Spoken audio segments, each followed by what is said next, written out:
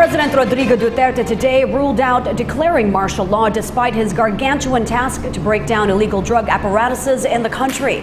President Duterte made the statement while showing the long list of individuals allegedly involved in illegal drugs to the troops of the 9th Infantry Division at Camp Elias Angeles San Jose in Pili, Camarines Sur.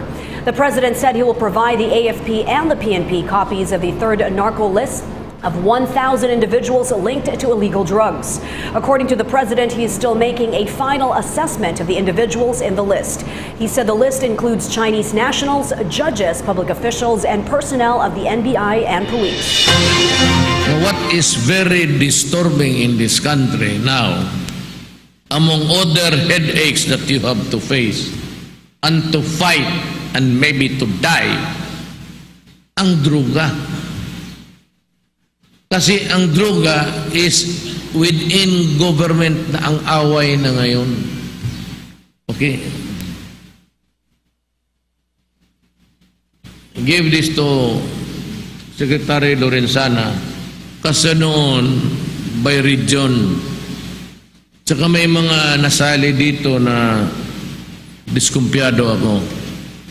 Kasi ang ginamit kong pag-assess fiscal ako noon before I became a mayor. So ang ginamit kong assessment fiscal, kung ilagay ko ito sa korte, mananalo ba ako? Yung mga ganon, na baka totoo, hiniyaan ko lang muna. So, one of them is General Espino. Correct yung matrix, yung last na pinalabas ko, si Dayan, tapos si Kulang ko, pati si Baraan, sasabi nila na bait na tao. Ay, lumalabas na yun. Ngayon, public officials, personnel, judges, NBI, and police.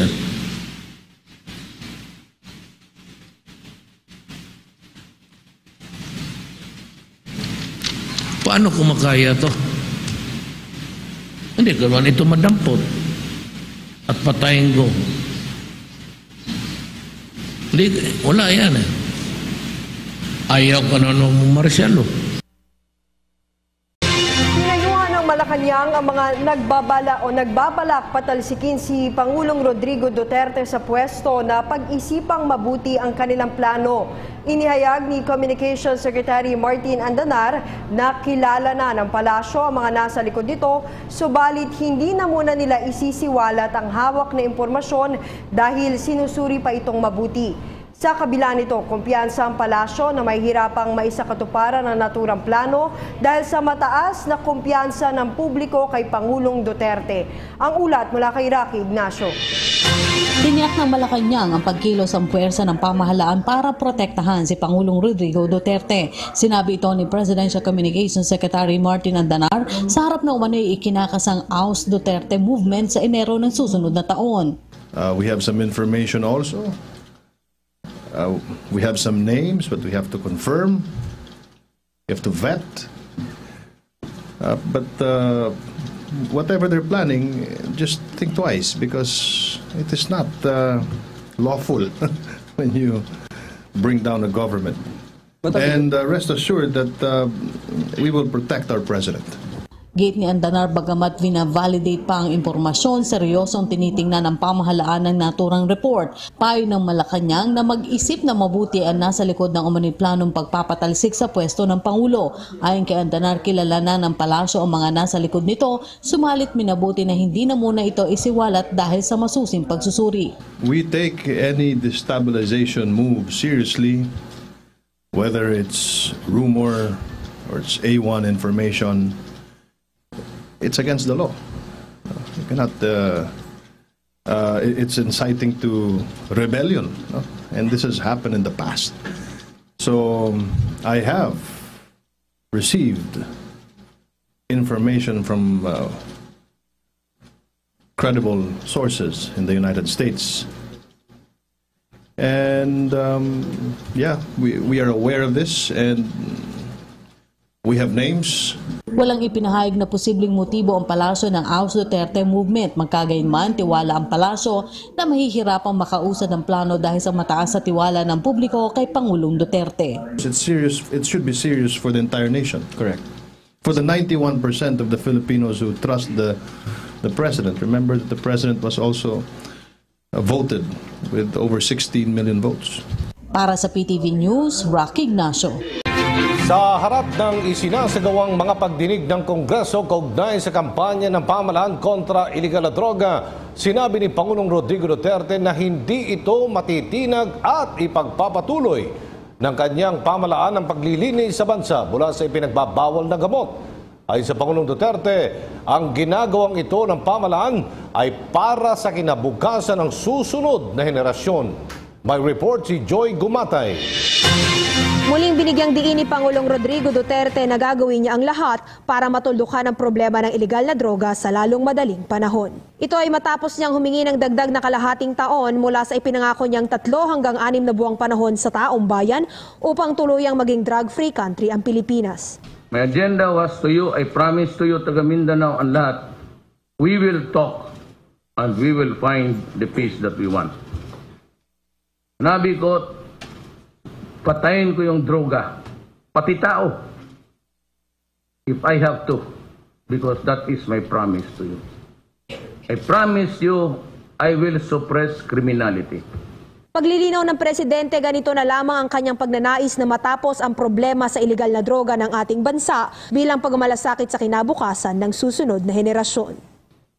Sabi ng PDEA 3 million, tapos may nadagdag na 700,000.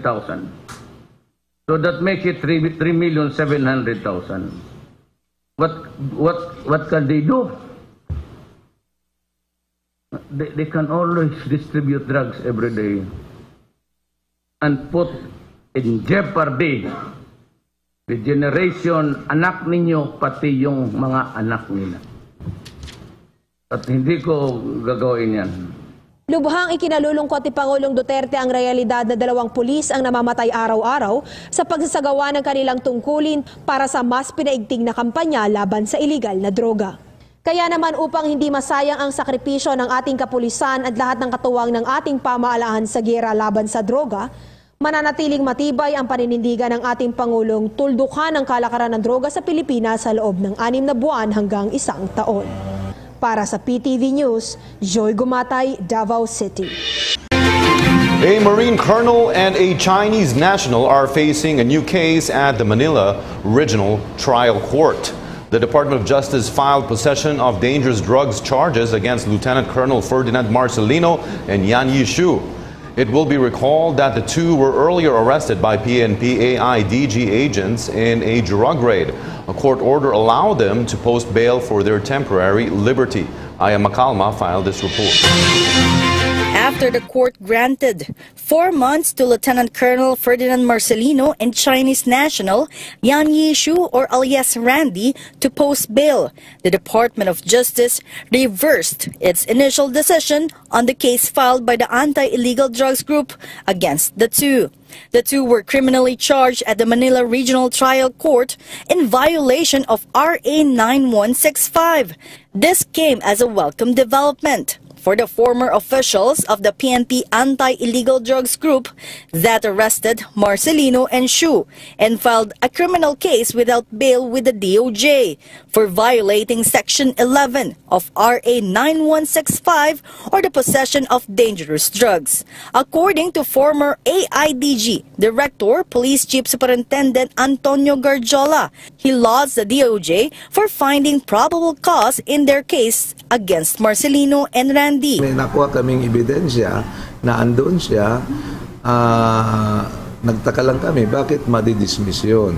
So ngayon na-reverse yung decision for the filing of case, masaya kami. Kaya yung ating mga operatiba na only doing their job, regardless of whoever you are, maging active member ka ng PNP, AFP, government, as long as involved ka sa ganitong drug trade, aming trabaho yan. So, ngayon, with that decision, masaya kami. Former Chief of the AIDG Legal and Investigation Division, Police Chief Inspector Roque Merdeguia, is expecting the Manila Regional Trial Court to issue a warrant of arrest against the two suspects in 2 weeks' time. In a matter of time, we're just waiting for the issuance of warrant of arrest by the court.